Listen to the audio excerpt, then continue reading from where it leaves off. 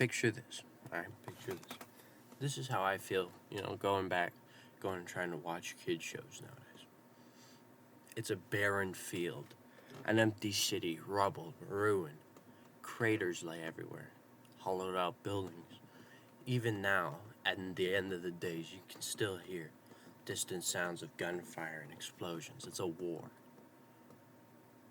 of what was once mostly quality content for kids, with it also doubling as something the parents could watch in the background.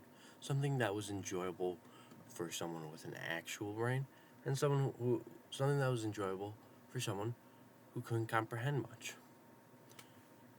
Versus nowadays, just bright colors, bright noises, and funny sing-song. Even though there still are some remnants of that past glory, it's mostly sludge.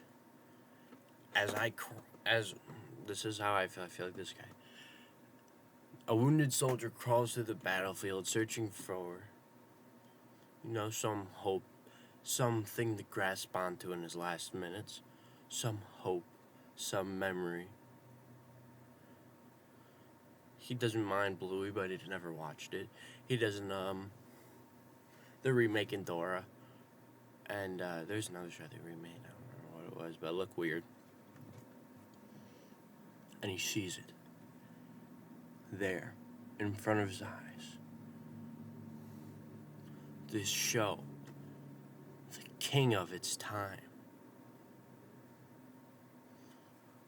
that was funny, that had three plots, one main, two subplots, and all of them were straight fire. Great characters, good writing, good songs, and guest appearances. Has returned. The king has returned to take his rightful place on top of the throne. And who's that king? Well, this is the good part. Well, that king of the shows is Phineas and Ferb. Now, if you don't know what I'm talking about in that little dramatic scenario, let me break it down for you. Basically, I feel like a lot of times now, kids shows, basically kind of like, whether it's for young teens, stuff like if you're my age or maybe older, stuff that you grew up watching, like Regular Show, Amazing World of Gumball,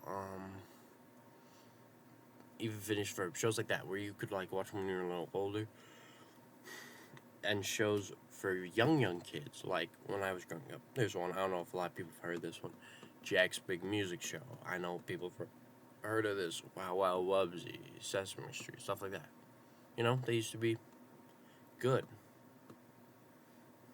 Now, I don't know about shows in the area of Gravity Falls, Fisher Regular Show, I've tried watching some new ones, but they just haven't been so good. There were a couple that were good.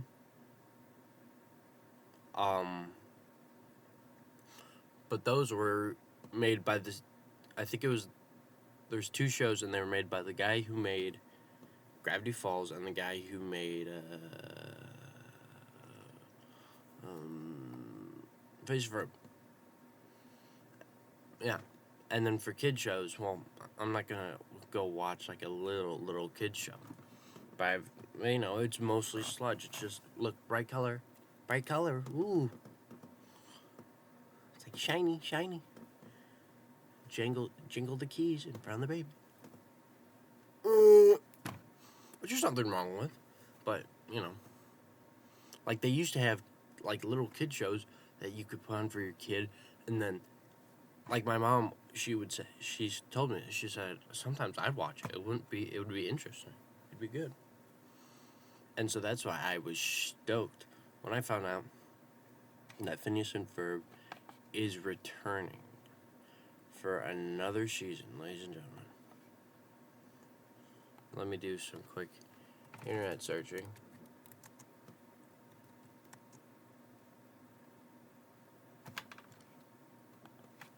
You see. Okay, here, we'll go on with Screen Rant says.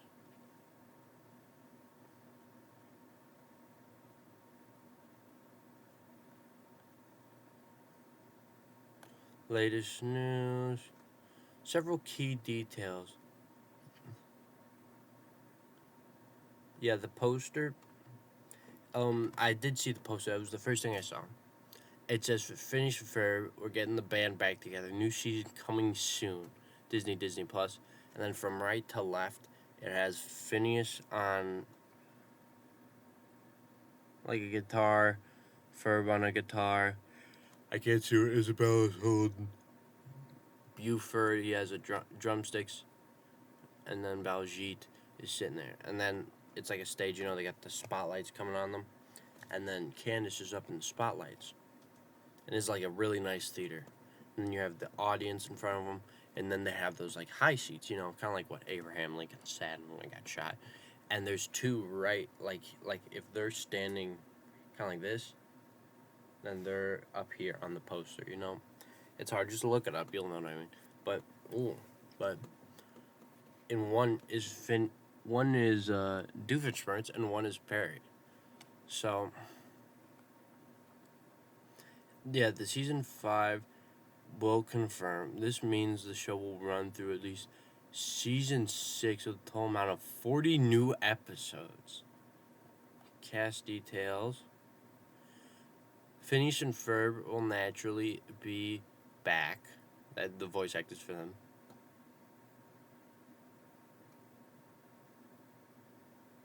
David the guy who picked up the role in 2015. The guy who picked up the role from the original guy in 2015 will be coming back. Ashley Tisdale is to reprise her role as Candace. Mom, Phineas and Ferb are making a title sequence.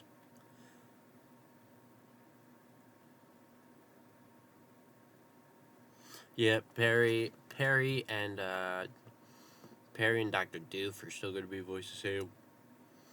And just like the original, this is what it says. According to the panel at the 2024 New York City Comic Con, the guest cast will be chock full of notable actors, musicians, athletes, and more.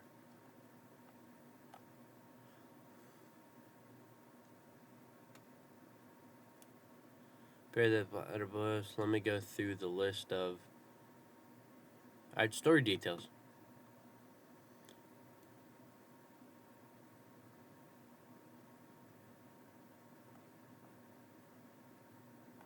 And yeah, it seems to be they will just be it's not gonna be anything different. They're not gonna change it, They're just gonna go with the formula, which I'm not mad about. I'm excited for. I'm really excited to see what they do after. Hold on, let me check how long has it been? When did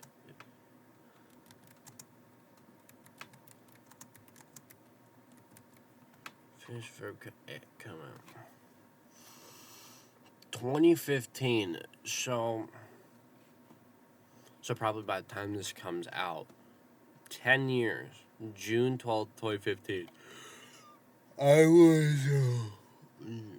That was like a month and 13 days before my birthday. So nearly 10 years later, they are coming back. And I know it's going to be good. Come on. I'm excited. I hope you're excited. That's really good. So if you've never seen Phineas and Ferb, here, I'll give you a basic plot down. Because he's like, what is he talking about? So Phineas and Ferb, I don't believe I'm having to explain Phineas and Ferb. I really hope there is someone out there, so I'm just not doing this for the hell of it. So Phineas and Ferb was a show. There's 2 kids, Phineas and Ferb. And each episode, they were like these really smart kids in the and they would build these like gadgets, and they would build these like these machines, or they'd build a big robot dog, or a ginormous roller coaster, or what other ones? There's some other ones. Just things to have fun with their friends. It was very fun. And then Candace, the older sister of Phineas and Ferb, well, all their friends would come over, and then Candace would try to bust them. tell on them to their mom and get their mom to see. But something would always happen, and at the last minute, like, it would get taken or it'd disappear, and it just looked like they're screwing around doing normal kid stuff. And she'd be like, "Oh, that's what you meant by that. Oh, you're so silly, Candace." So there's like Buford. He was like the big. He wasn't like he was kind of like a bully. Like, he was introduced as a bully in the first episode he appeared in. He's like kind of mean. He's funny. I like him. There's a Baljeet. He's this short little Indian kid. He's real smart. Ferb doesn't talk too much. Phineas just always has the ideas. And then there's Isabel. Isabel is probably like the Girl Scouts. I forget what they call them. But she really likes Phineas. And that was the joke for like the whole show, was that he never realized. They did make an episode called All Grown Up, I think.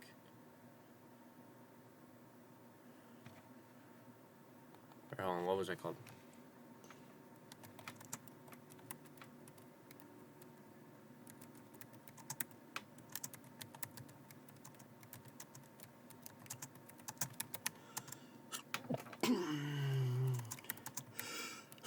Excuse me, sorry, yeah. Act Your Age. It is the only episode I'm 90% sure, besides Night of the Living Pharmacist. I don't know if she says in that, because I didn't watch the second part. But those are the only two I remember them, like, her actually saying something, because in Night of the Living Pharmacist, she has to get, like, her emotional bravery badge, and the only way she can do that is if she tells Phineas she has a crush on him, because everyone knows, like, that would be the best way, because everyone, it's one of those scenarios where everyone knows she has a crush on him. Buford, Ferb, Baljeet, probably even Candace. And now, Candace's subplot, they all have their own, like, different characters and interactions. Candace, while she tries to bust them, she's usually doing something else as well. Like, she's hanging out with her friend, or Jeremy.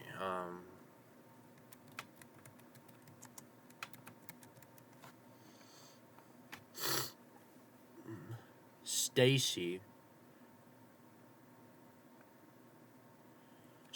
or Vanessa. Vanessa is Dr. Doofenshmirtz. She'll hang out with Stacy more, but occasionally Vanessa.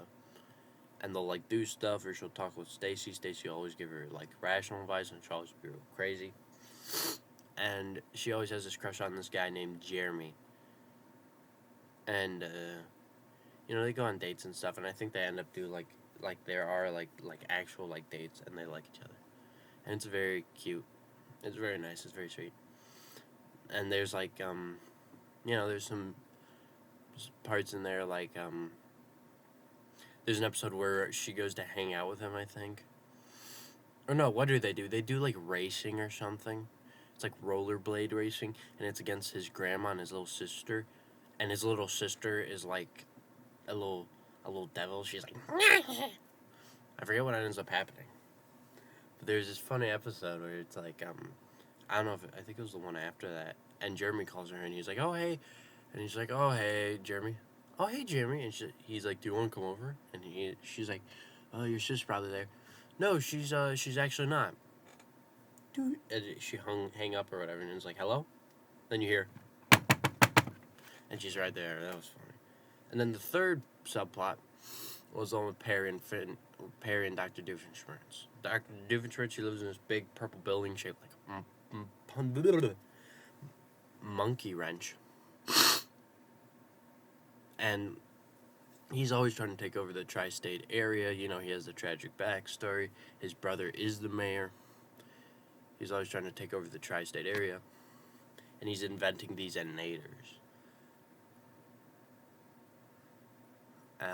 And then Perry, the platypus, little blue platypus, he waited for door, is always trying to stop him. And 90% of the time, if not all the time, they Phineas, like, he always stops him. Like, it's pretty like that. He stops him, and it kind of coincides with all three subplots. Like, Candace will be coming home with her mom to show her that there's something going on. He'll bust Dr. Doofenshmirtz. 90% of the time it'll blow up because he has a self-destruct button on it, which is real funny. And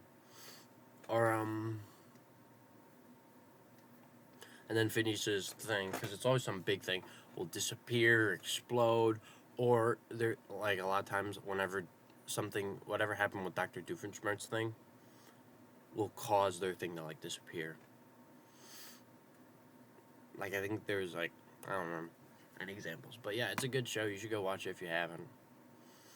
But yeah, I'm excited to see the new season of Phineas and Ferb. They're not gonna let us down.